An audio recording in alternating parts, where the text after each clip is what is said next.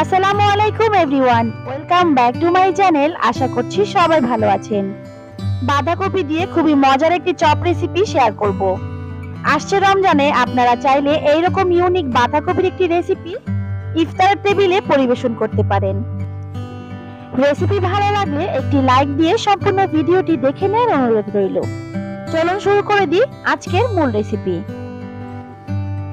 Chop তৈরি করার জন্য আমি একটি বড় সাইজের বাঁধাকপি নিয়ে নিয়েছি, আর এই বাঁধাকপিটাকে খুব ভালো করে ধুয়ে নিয়েছি।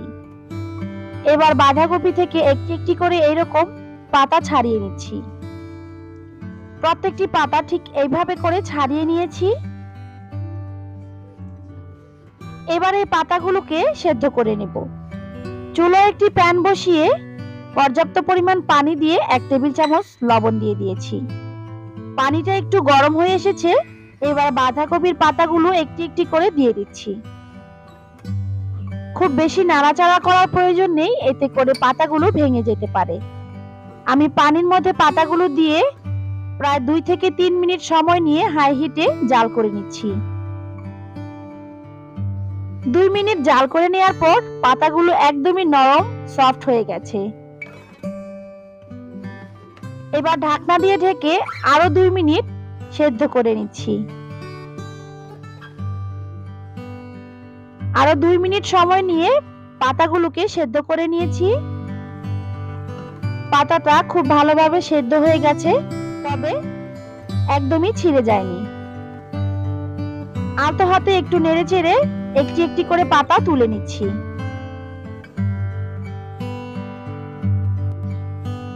সবগুলো পাতাই তুলে নিয়েছি। এবার চপ তৈরির জন্য একটি পুর তৈরি করে নিচ্ছি। চুলায় একটি প্যান বসিয়ে 2 টেবিল চামচ পরিমাণ সয়াবিন তেল দিয়ে দিয়েছি। একটি আলু সেদ্ধ করে আমি 4 থেকে 5 টুকরো করে নিয়ে নিয়েছি, আর দিয়ে দিয়েছি একটি টমেটো। আলু আর টমেটোটাকে একটু ভেজে নিয়েছি। এখন অ্যাড করে দিচ্ছি সেদ্ধ করে রাখা রুই মাছ। কোনো প্রকার লবণ বা হলুদ ছাড়াই আমি রুই মাছটাকে পানি দিয়ে সেদ্ধ করে নিয়েছি। আর আমি আজকে এই চপ তৈরির জন্য রুই মাছ ব্যবহার করেছি। আপনারা চাইলে যে কোনো মাছ দিয়েই এই চপটা তৈরি করে নিতে পারেন। মাছটাকে তেলের সাথে কিছুক্ষণ ভেজে স্বাদমতো লবণ অ্যাড করে দিচ্ছি, আর দিয়ে দিচ্ছি হাফ চা চামচ পরিমাণ আদা রসুন বাটা। 1 চা চামচ দিয়ে দিয়েছি লাল মরিচের গুঁড়ো, হাফ চা চামচ দিয়ে দিয়েছি ভাজা জিরের গুঁড়ো, হাফ কাপের চেয়ে একটু বেশি অ্যাড করে দিয়েছি পেঁয়াজ কুচি। এবার সবকিছু ভালো করে কিছুক্ষণ কষিয়ে নিচ্ছি। বেশ কিছুক্ষণ কষিয়ে নেওয়ার পর একদম ভাজা ভাজা হয়ে এসেছে পুরটা। মাছের পুরটা অনেকটাই ভাজা ভাজা হয়ে গেছে। এই পর্যায়ে অ্যাড করে দিচ্ছি গাজর কুচি, আর দিয়ে দিয়েছি ধনিয়া পাতা আর কাঁচামরিচ কুচি। গাজর আর ধনিয়া পাতা কুচি দিয়ে বেশ কিছুক্ষণ রান্না করার প্রয়োজন নেই, একটু নেড়েচেড়ে মিক্স করে নামিয়ে নিচ্ছি। চপ তৈরির জন্য পুরটা রেডি হয়ে গেছে। একটি মিক্সিং বলে পুরটাকে ঢেলে নিয়েছি। এবার 1/3 কাপ পরিমাণ দিয়ে দিচ্ছি কর্নফ্লাওয়ার। কর্নফ্লাওয়ার দিয়ে আমি পুরটাকে ভালো করে ম্যাশ করে নিচ্ছি। আপনারা চাইলে কর্নফ্লাওয়ারের পরিবর্তে আটা বা ময়দাটাও ব্যবহার করতে পারেন, অথবা বেসন দিয়েও তৈরি করা যাবে এই পুরটা। এতে করে চপের বাইন্ডিংটা খুব ভালো হবে। সবকিছু দিয়ে ভালো করে ম্যাশ করে নিয়েছি। চপ তৈরির জন্য পুরটা একদম পারফেক্ট ভাবে রেডি। এবার যে বাঁধাকপির পাতাগুলো আমি সেদ্ধ করে রেখেছিলাম, একটি বোর্ডের ওপর পাতাগুলো নিয়ে নিয়েছি, আর এই পাতার উপরে আমি একটি একটি করে চপ আকারে তৈরি করে মাছের পুরটা দিয়ে দিচ্ছি। পুরটা দিয়ে ঠিক এভাবে করে পাতাটাকে ফোল্ড করে নিয়েছি। ভিডিও দেখে নিশ্চয়ই আপনারা বুঝতে পারছেন আমি কিভাবে চপটা তৈরি করে নিয়েছি। আরো একটি একইভাবে তৈরি করে নিচ্ছি। ঠিক এভাবে করে আমি সবগুলো চপ তৈরি করে নেব। আপনারা চাইলে এই চপটা মাছের পরিবর্তে চিকেন দিয়েও তৈরি করে নিতে পারেন, তবে মাছ দিয়ে তৈরি করলে খেতে কিন্তু খুব ভালো লাগে। আপনারা একবার হলেও এভাবে মাছ দিয়ে চপটা তৈরি করে দেখবেন। সবগুলো বাঁধাকপির চপ তৈরি হয়ে গেছে। এবার একটি মিক্সিং বলে নিয়ে নিয়েছি হাফ কাপ বেসন, স্বাদমতো লবণ দিয়ে দিয়েছি।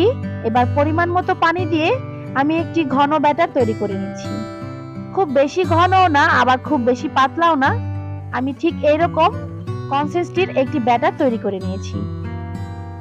আর নিয়ে নিয়েছি ব্রেড ক্রাম। এবার চপগুলোকে আমি বেসনের যে ব্যাটার তৈরি করে রেখেছিলাম সেই ব্যাটারটাতে খুব ভালো করে একটু কোট করে নিচ্ছি।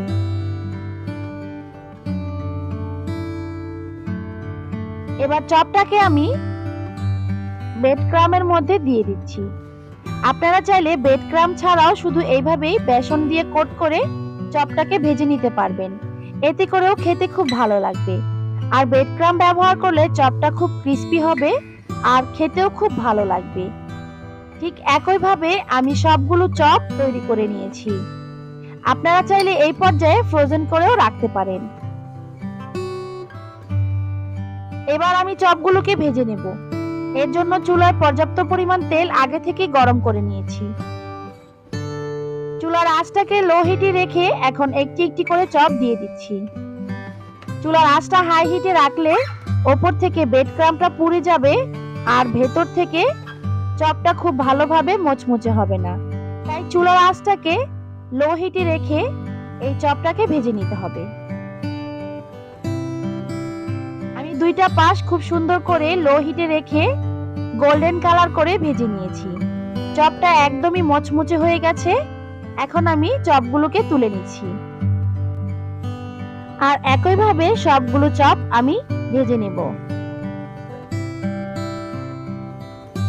সবগুলো চপ ভাজা হয়ে গেছে। আর ভাজার পর এটা দেখতে যতটা লোভনীয় লাগছে, খেতে তার থেকেও বেশি দুর্দান্ত। আমার রেসিপি ফলো করে আপনারা চাইলে ইফতারের আইটেমে রাখতে পারেন ভীষণ মজার এই চপ রেসিপিটি। আশা করছি আমার আজকের এই সহজ রেসিপিটি আপনাদের কাছে ভালো লেগেছে। যদি ভালো লাগে একটি লাইক দিয়ে শেয়ার করে দিতে পারেন আপনার ফ্যামিলি এন্ড ফ্রেন্ডদের সাথে। সেই সাথে এইরকম নিত্য নতুন রেসিপি পেতে চ্যানেলটি সাবস্ক্রাইব করে পাশে থাকা বেল আইকনটিতে ক্লিক করে রাখবেন। আর যারা অলরেডি সাবস্ক্রাইব করে আমাকে প্রতিনিয়ত সাপোর্ট করে যাচ্ছেন তাদেরকে অসংখ্য ধন্যবাদ। সবাই ভালো থাকবেন, সুস্থ থাকবেন। দেখা হবে পরবর্তী কোনো রেসিপিতে। সেই পর্যন্ত বিদায় নিচ্ছি। আল্লাহ হাফেজ।